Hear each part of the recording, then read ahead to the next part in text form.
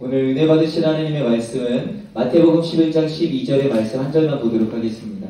신약성경 16면입니다.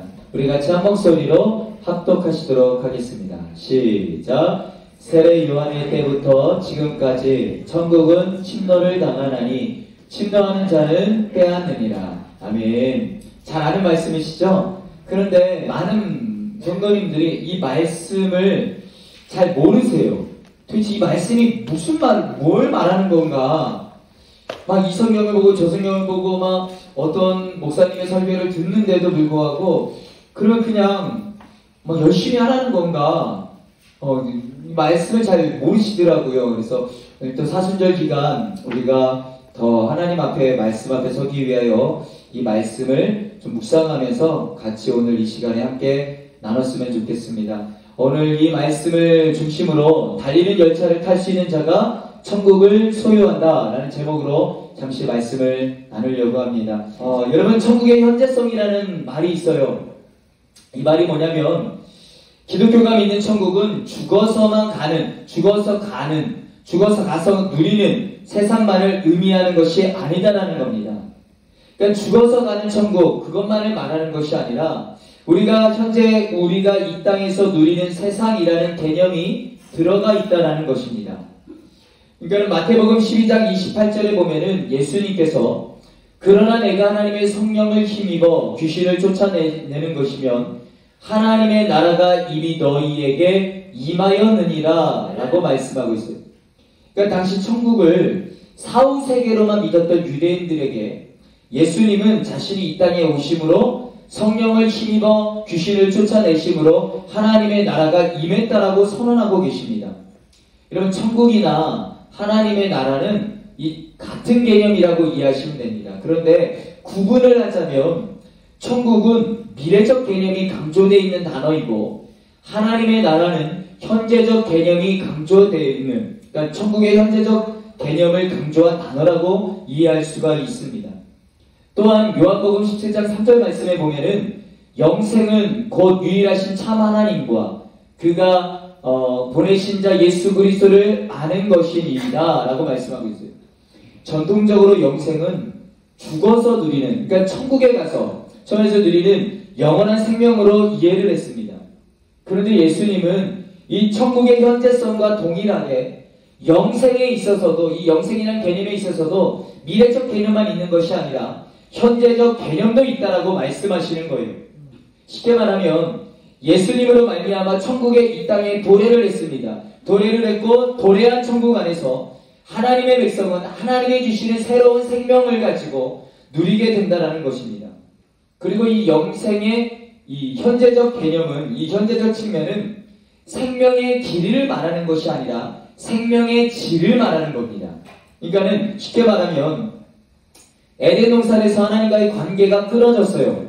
그런데 예수님 안에서 회복이 되었고 하나님과의 교제가 회복이 되었기 때문에 천국이 시작됐다라고 말하고 있는 겁니다. 자, 그러므로 성도는 죽어야만 천국에서 하나님과 교제를 누리는 것이 아닙니다. 이 땅에서 우리가 살아가는 이 땅에서, 이 현실에서 얼마든지 하나님과의 온전한 교제를 누릴 수 있다라는 겁니다. 그래서 우리가 이 땅에서 천국을 누려야 된다라고 말하는 거예요. 이 땅에서 천국을 누려야 된다라고 하는 말은 다른 것이 아니라 저 천국에서 하나님과 나눠지는 그 교제가, 온전한 교제가 이 땅에서도 가능하다라는 겁니다. 그렇기 때문에 이 땅에서 천국을 누릴 수 있다라는 거죠. 특별히 오늘 본문은 예수님으로 말미암아 시작된 천국에서 하나님과 교제를 누리고 하나님의 다스림을 받는 자가 누구인가? 그러면 그것에 대해서 말씀해 주고 있습니다. 여러분, 오늘 본문 말씀 마태복음 11장 12절 말씀을 우리 다시 한번 읽어보도록 하겠습니다. 시작. 세례 요한의 때부터 지금까지 천국은 침노를 당하나니 침노하는 자는 빼앗느니라. 아멘. 여러분, 침노를 당한다라는 이 말의 헬라어는요, 비아제타이라는 단어를 씁니다. 원어 성경을 보면은 이 헬라어 문법에서는요, 이 단어가 수동태와 중간태로 쓰여지거든요. 수동태는 우리가 아는 이 오늘 본문에 번역된, 우리 한글 성경에 번역된 이 번역입니다. 그런데 이 중간태라고 하는 것은 사실 우리가 들어본 적이 없어요. 사실 우리 문법에도 없는 게 중간태입니다. 그럼 이 중간태가 뭔가 쉽게 이해를 하시면 영어의 죄기용법을 생각하시면 됩니다. himself, myself라는 그 죄기용법이라는 게 있어요. 근데 이 죄기용법의 가장 큰 특징은 뭐냐면 주어의 행동을 강조할 때 쓰는 겁니다. 자, 중간태도 그렇다라고 생각을 하시면 되는 거예요. 그러니까 쉽게 말하면 여러분 이거죠. 우리 성경은 본문을 수동태로 번역을 해가지고 천국이 침노를 당한다라고 번역을 합니다. 그런데 중간태로 번역을 하면 의미가 달라져요. 뭐냐면 힘있게 전진한다라고 번역을 할 수 있는데, 그러니까는 그 주어가 힘있게 전진해 나간다. 그러니까는 천국이라는 이 주어가 힘있게 전진해 나간다라고 번역을 할 수 있는 거예요. 자, 마찬가지로 뒤에 나오는 침노하는 자, 이것 또한 중간태 번역은요, 강력한 자라는 뜻을 가지고 있습니다. 그러니까 NIV 성경에 보면 이것이 이런 식으로 번역된 성경이 NIV 성경인데, 이 NIV 성경을 보면은요, 우리 성경과 좀 다르게 번역을 해요. 세례 요한의 때부터 천국은 힘있게 전진하고 있으며 강력한 사람은 그 천국을 붙잡는다 라고 번역을 할 수가 있습니다. 자, 그런데 말씀을 보면 이 땅에 천국을 시작한 분은 여러분 예수님이시거든요. 그런데 왜 세례 요한의 때부터라고 말하고 있는가 라는 거죠. 이것은 세례 요한의 사역이 예수님의 사역의 연장선이기 때문인 거예요. 그러니까 세례 요한은 자기 사역을 한 사람이 아닙니다. 예수님의 사역을 했기 때문에 그때부터 요한이 세례를 주고 천국을 선포하는 그 순간부터 천국은 시작되었고 힘있게 전진하고 있다는 겁니다. 여러분 이렇게 생각하시면 돼요. 아니 왜 오늘 목사님 설교 제목이 도대체 이게 뭔 말인가? 달리는 열차를 탈 수 있는 자가 천국을 소유한다. 여러분 멈춰있는 열차는 누구나 탈 수 있습니다. 그렇죠? 전철을 탈 때나 또 KTX를 탈 때 멈춰있는 거 타지 달리는 거 타십니까 여러분? 대단하세요. 멈춰있는 거는 얼마든지 타기가 쉬워요. 그냥 타면 돼요. 그런데 달리는 열차를 탈 수 있는 방법이 뭘까요? 영화에 보면은 그런 장면 많이 나와요. 열차가 막 쫙, 우리 권사님 그런 거 굉장히 좋아하시죠? 그런 영화 막 다이나믹하고 막 그런 영화 우리 권사님 굉장히 좋아하시는데 열차에 막 쫙 가요. 그러면은 악당이든 뭐 아니면 그 주인공이든 오토바이를 타고 가든지 뭐 차 타고 가든지 열차랑 속력을 비슷하게 가거나 아니면 열차보다 더 빨리 갔을 때 열차로 더 건너갈 수 있어요. 그래서 확 뛰어드는 장면이 가끔마다 이 영화의 한 장면이 나오거든요. 그러니까는 달리는 열차를 타려면요, 적어도 그 열차보다 빨리 달리거나 아니면 그 열차 정도의 속도에 맞춰야지만 그 열차를 탈 수가 있는 거예요. 자, 보세요. 그런데 오늘날 많은 사람들은 이 구원이라고 하는 것을 마치 멈춰있는 열차를 타는 것처럼 쉽게 생각한다는 겁니다. 자, 그래서 그 사람들이 주장하는 말씀이 로마서 말씀이에요. 로마서 10장 9절에서 10절 말씀에 보면은 봐라, 맞지 않느냐? 내가 만일 내 입으로 예수를 주로 시인하며 또 하나님께서 그를 죽은 자 가운데서 살리신 것을 내 마음에 믿으면 구원을 받으리라. 사람이 마음으로 믿어 의에 이르고 입으로 시인하여 구원에 이르느니라. 거봐라, 입으로 시인하면 구원 받는 거야. 그래서 예전에 많은 교회들이 그거 했어요. 새로 딱 오시잖아요. 자, 새로 오신 분들은 자리에서 일어나시기 바랍니다. 저를 따라 기도하겠습니다. 나는 죄인입니다. 어디에서 와서 어디로 갈지 모르. 그러면서 마지막에 했던 멘트가 뭐냐면 할렐루야 구원받았습니다. 박수 쳤어요. 이런 말도 안 되는 행동을 했다는 겁니다. 그거를 가지고 봐라, 로마서 말씀에 보면은 입으로 시인하면 구원에 이른다라고 했지 않느냐. 그런데 여러분, 우리가 말씀을 오해하는 거예요.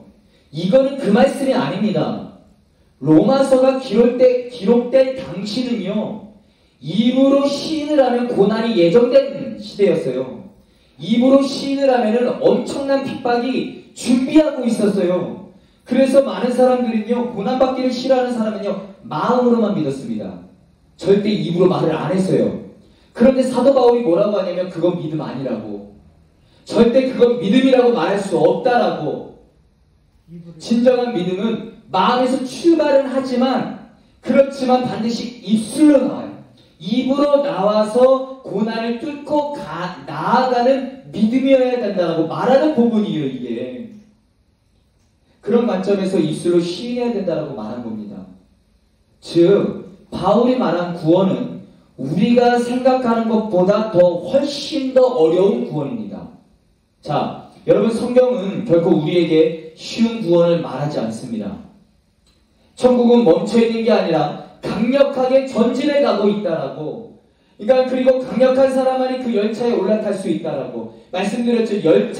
달릴 열차를 탈 수 있는 것은 약한 사람이 탈 수 있는 게 아니에요.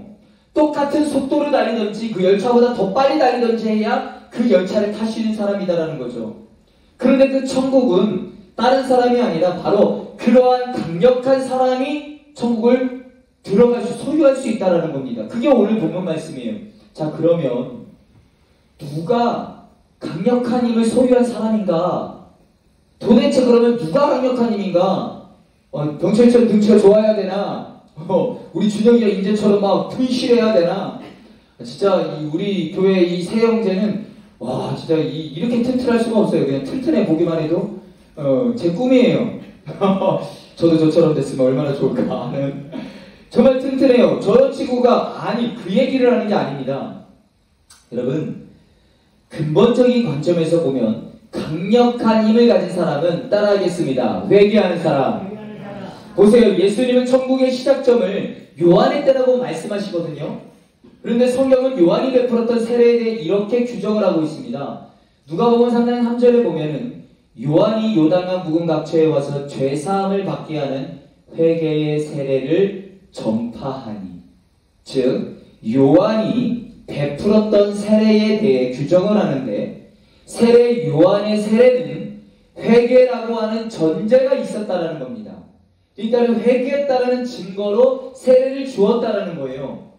자, 마태복음 4장 17절에도요, 예수님이 공생애를 시작하시면서 가장 먼저 선포하셨던 말씀은 회개하라 천국이 가까웠느니라 이거였어요. 회개하지 않고는 결코 강력하게 전진하는 천국에 들어갈 수 없다라는 것입니다. 그런데 문제는 우리가 생각하는 회개와 성경적인 회개는 좀 다르다라는 거예요. 우리는 보통 회개를 말의 문제라고 생각합니다. 나는 죄인입니다. 나를 용서해 주세요. 회개했어. 그렇지 않아요? 말의 문제로 생각을 해서 나는 죄인입니다. 하나님 저 용서해 주세요. 이게 회개했다라고 생각을 한다는 거예요. 그러나 여러분, 이 회개란, 성경에 나오는 회개는요, 성경의 이 회개라는 단어를 헬라어로 보면은 메타노이아라는 단어를 씁니다.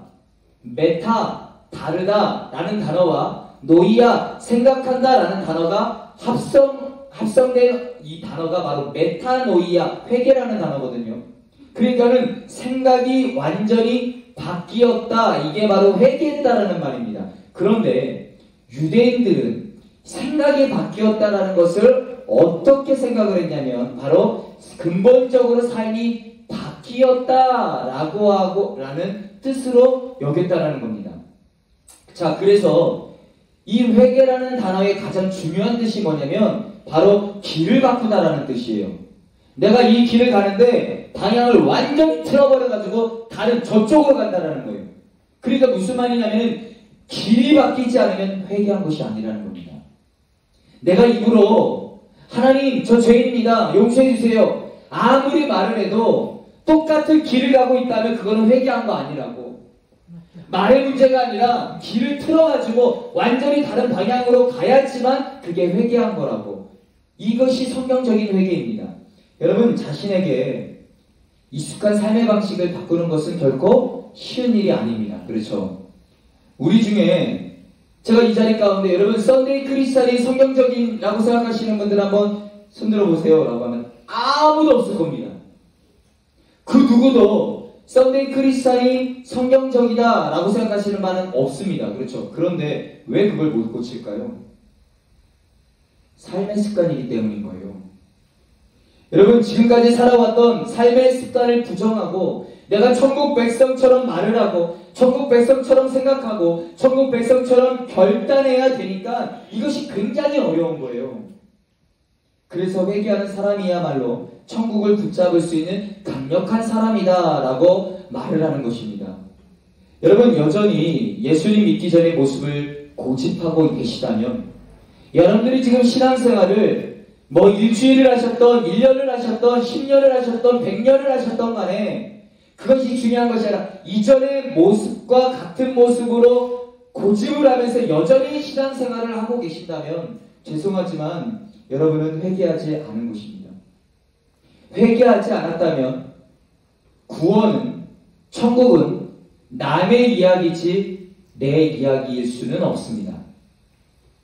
여러분, 그래서 세례 요한이 바리새인과 사두개인들에게 이렇게 말을 하죠. 마태복음 3장 8절에서 9절 말씀에 보면은 이 유명한 말씀, 회개와 땅은 열매를 맺어야 된다. 그런데 이 본문을요, 메시지 성경을 보면은요, 이렇게 번역을 하고 있습니다.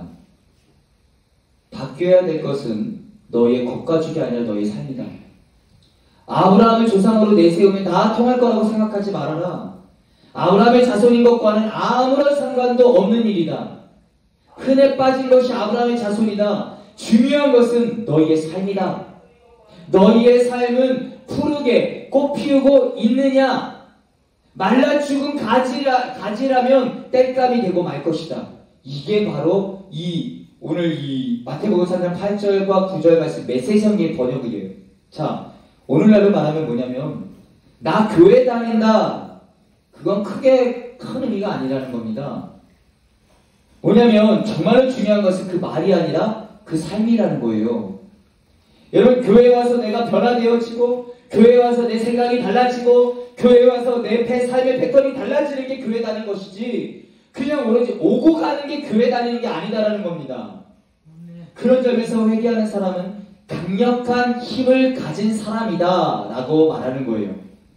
그렇다면 천국을 소유하는 회개할 수 있는 사람은 어떠한 사람인가?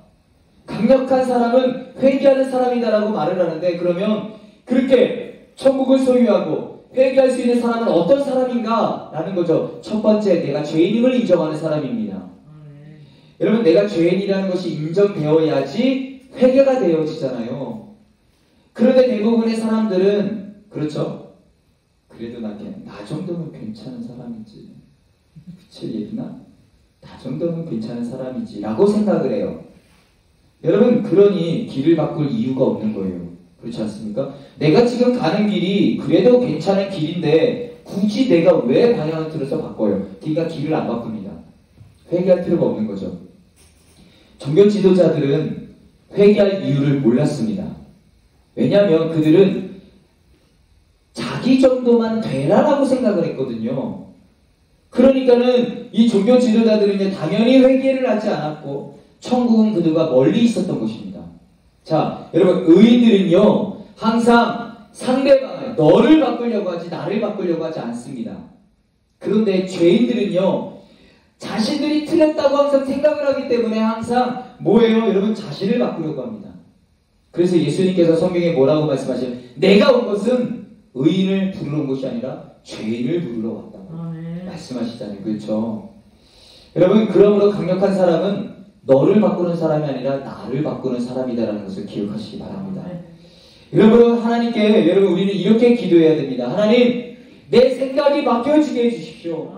하나님, 말하는 습관이 바뀌어지게 해주시고 삶의 태도가 바뀌어지게 해주시고 사람을 대하는 습관이 바뀌어지게 해주시고 모든 순간을 결정하는 태도가 바뀌어지게 해주시옵소서. 여러분, 그때 우리가 천국을 소유하는 첫 발걸음을 내딛는다는 사실을 기억하시기를 바랍니다.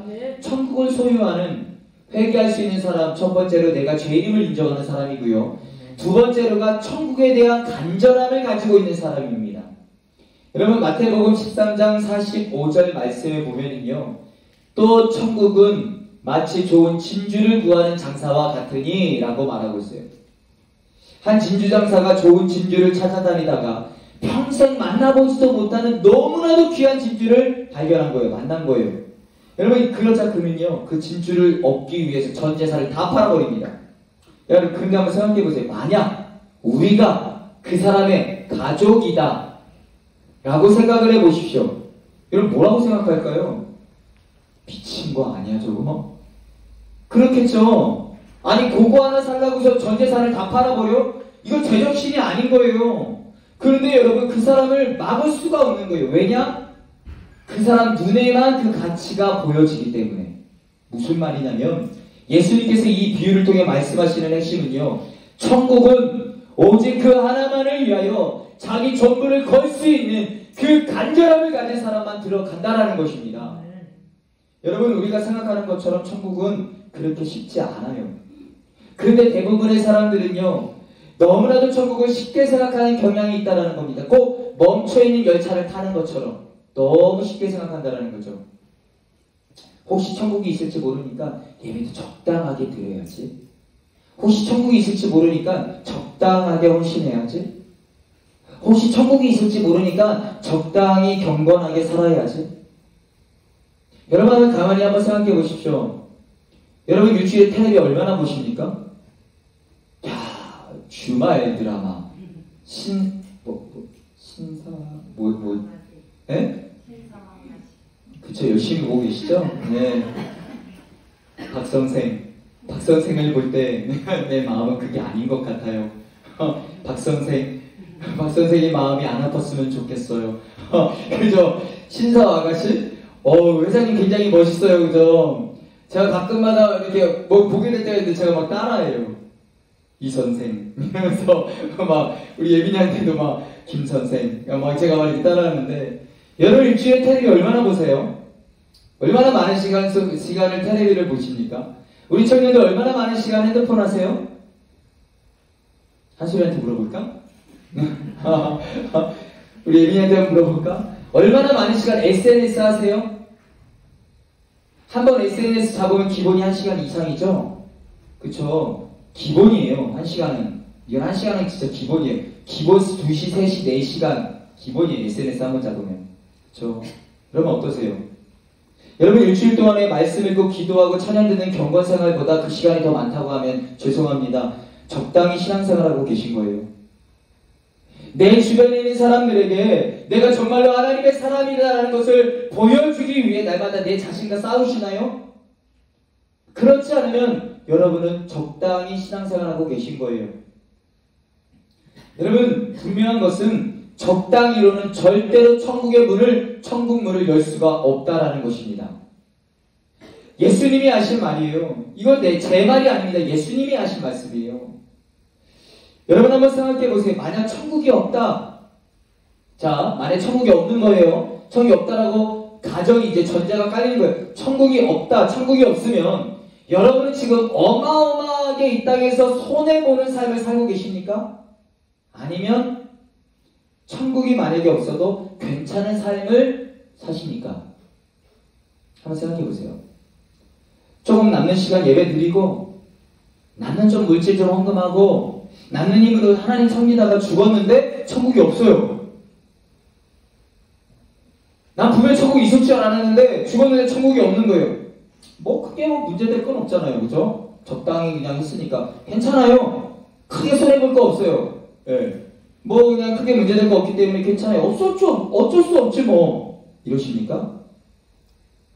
여러분 천국이 없으면 정말 불행한 삶을 살아야지만 천국이 열린다는 것을 믿으시기를 바랍니다. 여러분 그러한 삶의 모습이 그러한 모습이 이 땅 가운데 있어야 된다는 거예요. 내가 죽었는데 만약에 천국이 없으면 정말로 처절하게 후회할 만한 정말로 내 삶에 대한 전부를 드렸는데 그런 삶을 이 땅에서 우리가 살아야 된다는 거예요. 그런 자들에게 천국이 열린다는 겁니다.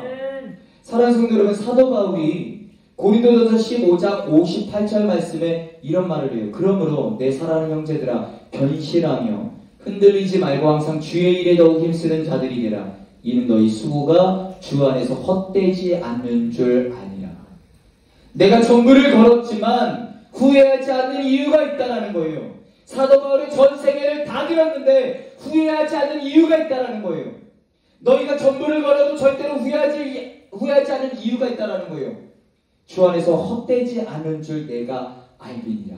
무슨 말이냐면 쉽게 말하면 하나님은 분명히 계시고 천국이 있다라는 겁니다. 그리고 그것을 믿으면 적당히가 아니라 여러분 오늘 말씀에 보니까 항상 주의 일을 하고 더욱 힘쓰는 자들이 되라고 선언하는 것입니다. 여러분 세상에도요 어느 분야든지요 미치지 않고 성공하는 사람 없다고 말합니다. 인정하시죠? 세상에서도 말해요. 그 분야에서 성공하려면 미쳐야 된다고. 미쳐야지 성공하지. 그런데 그렇게 생각하는 분들이 교회는 신앙은 적당히 해도 성공한다라고 생각을 한다는 겁니다. 여러분 썬데이 크리스찬 이 자리에 그게 맞다라고 생각하시는 분 아무도 없어요. 그런데 안 바꿉니다. 여러분 적당히 괜찮아 적당히 해도 된다라고 그렇다고 여러분 교회 일만 하라는 말이 아니에요. 그 이야기가 아닙니다. 신학교 가라는 말이 아니에요. 무슨 말이냐면은 자녀를 키울 때도 천국을 염두에 두시고 키우시고 사업을 할 때도 천국을 염두에 두고 사업을 해야 되고 사람과 관계를 맺을 때도 천국을 염두에 두고 인간관계를 맺는 것 날마다 주님 앞에서는 그 마음으로 그렇게 살으라는 것입니다. 여러분 그게 바로 간절함이에요. 그게 바로 열정입니다. 여러분 이제 말씀을 좀 정리하기를 원합니다. 천국은 내세 영역만 있는 것이 아니라 현재 영역 안으로 들어와 있습니다. 그리고 현재 영역에 들어와 있는 천국은요 멈춰 있는 게 아니에요. 그냥 가만히 있는 게 아닙니다. 강력하게 힘있게 전진하고 있다라고 말을 하고 있는 겁니다. 그 말은 나 믿는다고 나 교회 다닌다고 여러분 이 말로 올라탈 수 없다라는 이야기예요. 여러분 예수님께서 우리에게 요구하시는 것은요 강력한 결단입니다. 성경의 부자 청년이요 적당히 신앙생활하면서 영생을 얻고 싶었어요. 예수님을 찾아왔습니다. 예수님께서 전부를 걸어야 된다라고 말하니까 근심하고 떠나갔다라고 말하고 있어요. 그렇죠? 그렇다고 우리가 걱정할 필요가 없는 것이 예수님이 말씀하시는 이 강력한 힘은 세상에서 말하는 능력, 세상에서 말하는 성공 아니에요. 세상에서 말하는 세상의 그 넉넉함 아닙니다. 여러분 예수님이 말씀하시는 강력함은요 자기를 부인하는 회개예요. 여러분 의지만 있으면 누구나 할 수 있습니다. 돈 들어가지 않아요.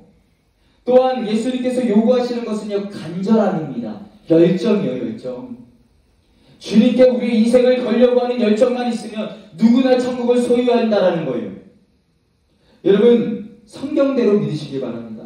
성경대로 우리의 삶을 디자인하시기 바랍니다. 여러분 그런 사람에게 천국은 오늘도 우리의 현장이 될 줄로 믿습니다. 우리가 사는 이 땅이 천국이 되는 거예요. 사랑하는 성도 여러분 오늘 말씀의 제목을 반드시 기억하셨으면 좋겠습니다. 달리는 열차를 탈 수 있는 자가요 천국을 소유하는 사람입니다. 멈춰있는 열차를 타는 자가 천국을 소유하는 자가 아니에요.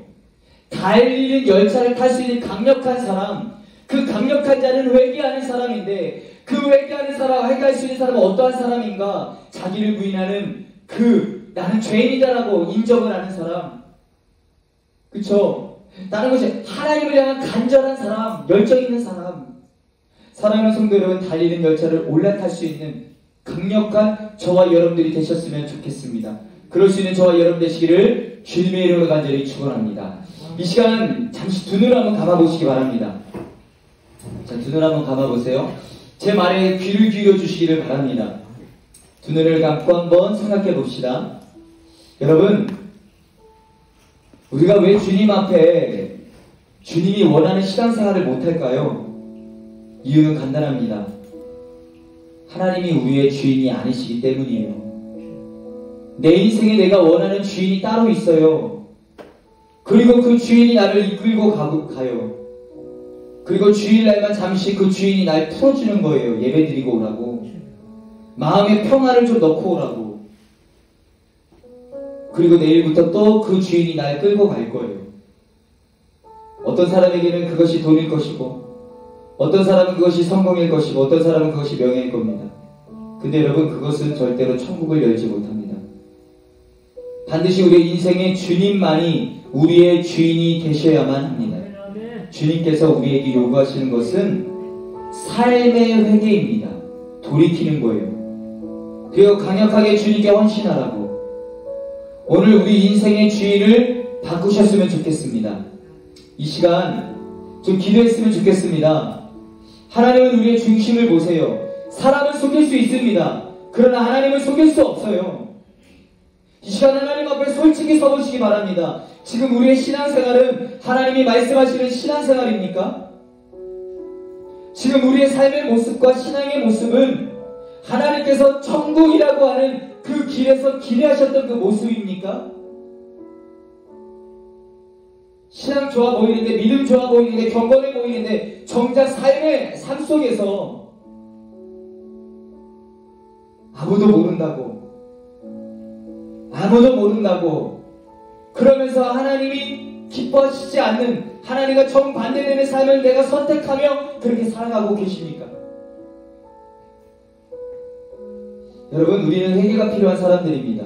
그래서 이 시간에 이렇게 기도했으면 좋겠습니다. 하나님, 내가 하나님을 주인 삼지 못하고 세상의 무언가를 주인 삼고 하나님으로부터 자꾸만 멀어져 가고 있는 내 자신을 용서하여 주시고 하나님의 그 말씀으로 돌아올 수 있는 제가 되게 해달라고, 하나님의 말씀을 믿고 원하는 회개를 하며 원하시는 열정을 다하여 하나님을 섬기는 자가 되게 해달라고, 하나님 말씀이 내 인생에 들어오고 천국의 영광이 내 안에 가득 채워지기를 원한다고, 천국이 없으면 가장 불행한 사람처럼 그렇게 하나님을 붙잡고 살 수 있는 자가 되기를 원한다고, 철저하게 하나님께 붙들림 받는 자가 되기를 원한다고, 이 시간 주님의 이름 한번 부르시고 동서를 흔들기 기도하겠습니다.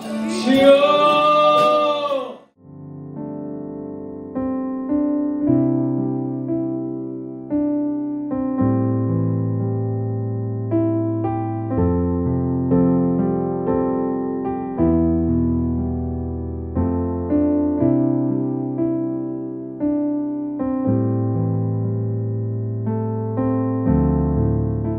이제는 우리를 죄악 가운데 보내신 예수 그리스도의 크신 은혜와 하나님 아버지의 무한하신 사랑과 성령의 감동감한 내주교통 충만하심이 겸손히 죄인임을 고백하며 하나님을 향한 간절함과 열정으로 나아가는 달리는 열차를 올라탈 수 있는 천국을 소유하는 자가 되겠노라. 믿음으로 주님 앞에 우리 신앙을 돌아보며 결단하며 나가는 사랑하는 주의 백성들 머리 위에, 우리 예수 이름 교회 위에 이제로부터 영원토록 함께 하시기를 간절히 축원하옵나이다.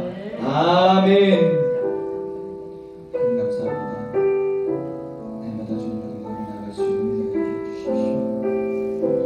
해주십시오. 할렐루야. 우리 예배를 받으신 하나님께 영광의 박수 올려드리겠습니다.